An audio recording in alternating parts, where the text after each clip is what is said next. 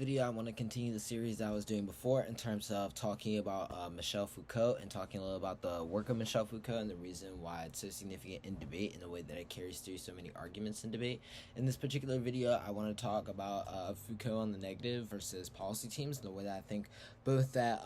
critiques of biopolitics can be read and also how biopolitics kind of like works within other literature bases. I kind of want to explore maybe a little bit of both topics and talk about the way that I think it influences the type of arguments that you read, and then kind of talk a little bit about the impact that it has on various types of parts of the flow, including the frameworks and the thesis portion of the debate. Hopefully that if you're just tuning in for the series, you definitely go back and watch the intro to Foucault video, because I think it's really important in order to get some of the key terminology that we'll be using in order to talk through the video that I'm doing now. And I think it's definitely necessary in order to have a good understanding about a lot of the strengths and weaknesses that I'll be talking about the argument moving forward, and also is something that you just want to have a really solid foundation on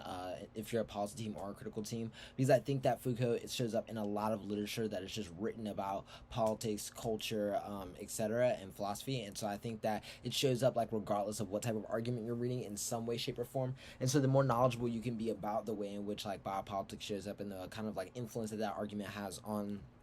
the field of arguments that are available, the more knowledge that you can have kind of going into these debates, and the better you can kind of get whatever you want out of the videos that you're watching from me. And so I definitely think doing them together is definitely really helpful.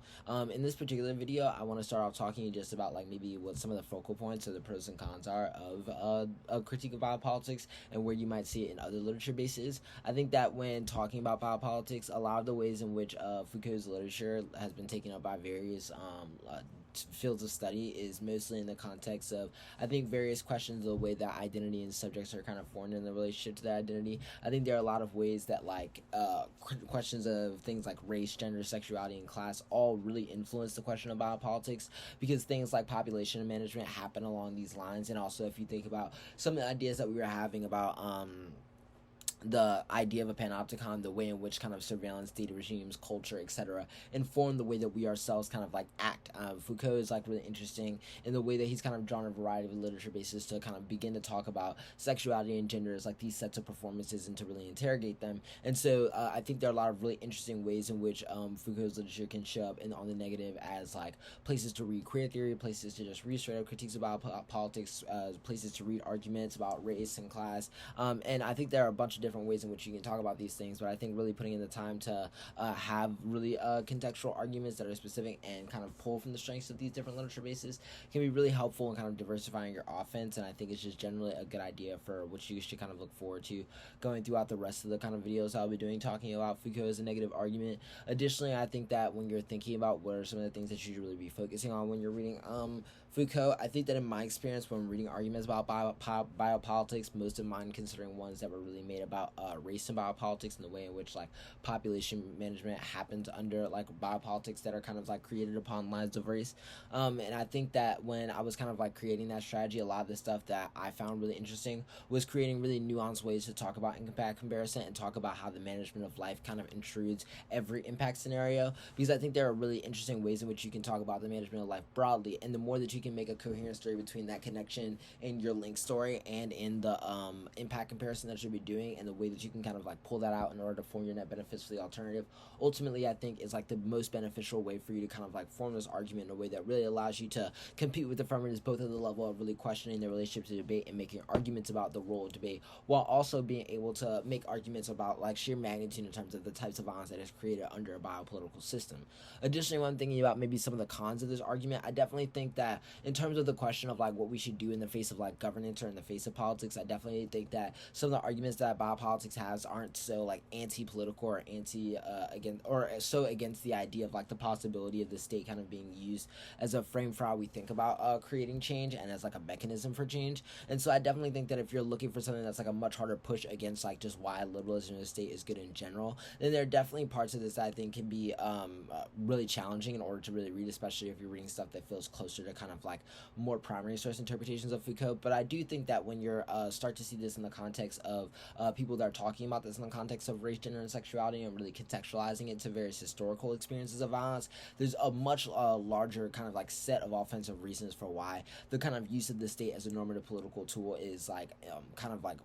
is one that is inefficient and doesn't actually allow for a way to transform the kind of like control that the state has over particular ways of managing life and thinking about populations. And so I think that being able to kind of like bring out that type of offense in the way that you're thinking about the debate is incredibly important. And I think that when you're thinking about particularly what the framing question for the debate should be, you should really be thinking about ways in which you want to consider what's the best basis for you to kind of like for you to basically be able to contest the affirmative. Like I've said with a lot of these other videos where I've talked about negative strategies versus policy schemes with various critical strategies, I always say that you should kind of like isolate what your best point of contestation is and then kind of make your framing stuff out of there. I really think that when you're thinking about the stuff that is a question of like biopolitics, you really have an argument to kind of be made about why the investment in biopolitics is like a broad epistemology for like how we think about the frame of what political power looks like is really kind of an indictment of like a continual system of violence that kind of like can create itself in such a way to produce like much more existential threats and crises that I think can be seen in a variety of examples that you can pull to really push the magnitude on this if you really want the debate to be one where the judge can really evaluate the debate really out of question of normative impact calculus. But I also think there are really good arguments to be made about like why the kind of normative framing of debate do like utilitarian calculus or one that understands only through the question of efficiency does so in such a way that really kind of solicits us into the same type of systems that biopolitics is kind of like offering in order to like continue the way in which we think about how we should make political decisions within the world, right? Thinking about like biopolitics is not just something that's done like instrumentally, but something that is like done as like a kind of like force for how we study and think about the world. And I think that kind of like pushing that type of question can be incredibly critical. And then on the thesis question, I think that when you're really trying to make arguments about like biopolitics as a whole, I think there's such a large range of things that you can say about the management of life as a broad system that I think really trying to, when you're on the negative, bring in a question of the resolution and the affirmative's relationship to the resolution, I think is a really good way to kind of focus the primary things of that what you want your thesis to accomplish. Obviously, you want to still include in the kind of the thesis level of the portion of the debate where you want this to really contest with the affirmative and like how you want it to contest with the affirmative specifically. But I think doing so in such a way where you're keeping the kind of like sight of the examples that you're